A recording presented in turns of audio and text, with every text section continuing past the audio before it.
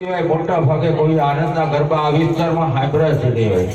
એટલે આનંદનો ગરબો શું છે તેના વિશે ચા આવે ત્યાં સુધી બોલું છું. આનંદનો ગરબો એટલે જેમ ભગવાન શ્રી કૃષ્ણએ અર્જુનને શ્રીમદ ભાગવત કથા કીધી હતી તેવી જ રીતે વલ્લભ ભટ્ટ અને ધોરા ભટ્ટ માતાજીના પરમ ભક્ત હતા અને તેઓ માતાજીનો આહ્વાન મંત્ર ઓમ ક્લીમ સો ઓમ ક્લીમ સો ઓમ ક્લીમ સો આ માતાજીનો આહ્વાન મંત્ર છે. જ્યારે તમારા નાભીમાંથી માતાજીને પુકાર પડે ત્યારે માતાજીને આ ઊંઝ પડે છે. માતાજીનું ખુદનું વરદાન છે કે જે ભક્તો મને હૃદયથી નાભીથી પોકાર કરશે તેના માટે પલકવારમાં હું હાજર થઈ જઈશ. આપણે ભજન કરીએ છીએ, ભક્તિ કરીએ છીએ, ધર્મ કરીએ છીએ, સેવા કરીએ છીએ, પણ મોટા ભાગે સ્વાર્થ હોય છે. જ્યારે નિષ્કામ ભાવથી પરમાર્થના ભાવથી જો કોઈ પણ કાર્ય કરવામાં આવે તો માં કેટલી દૂર છે. તો તમને હું એક જ મંત્ર ઓમ ક્લીમ સો ઓમ ક્લીમ સો એ તો વલ્લભ ભટ્ટ અને ધોરા ભટ્ટ બોલ્યા હતા, પરંતુ હું તમને માતાજીના મુખમાંથી નીકળેલો પ્રથમ સ્વર જે પ્રચંડ ધ્વનિ સ્વરૂપ બની ગયો અને પછી જગતની રચના થઈ તો માતાના મુખમાંથી પ્રથમ જે સ્વર નીકળ્યો તે ઓમ નીકળ્યો. અને ઓમ જો તમે શુદ્ધ પાડી અને બોલો.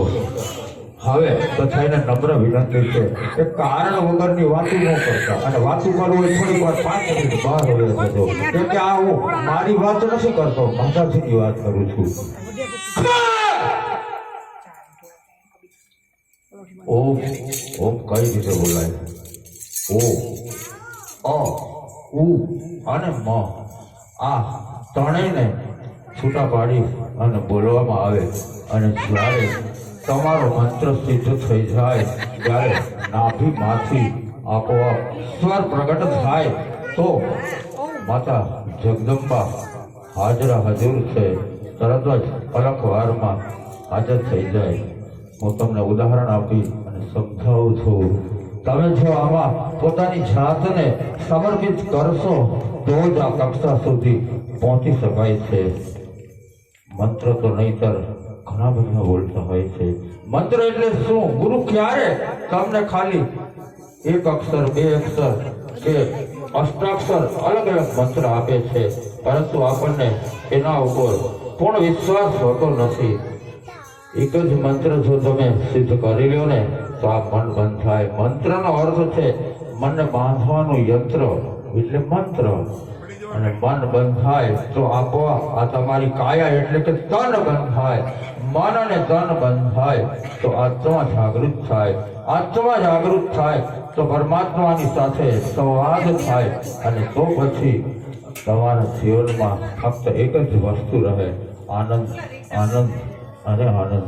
હર પરિસ્થિતિમાં તમે આનંદમાં જ રહો. અને એક નાનકડું ઉદાહરણ ઓમનું જ આપું છું કે મંત્રની તાકાત કેટલી છે.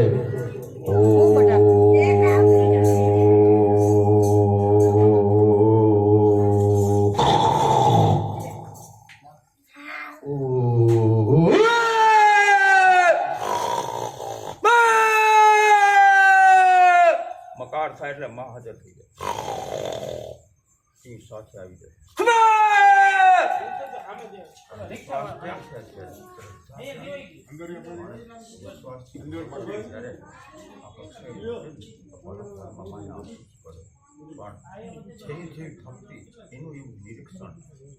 જેવું નિરીક્ષણ એને એવી કૃપા પ્રાપ્ત થાય છે.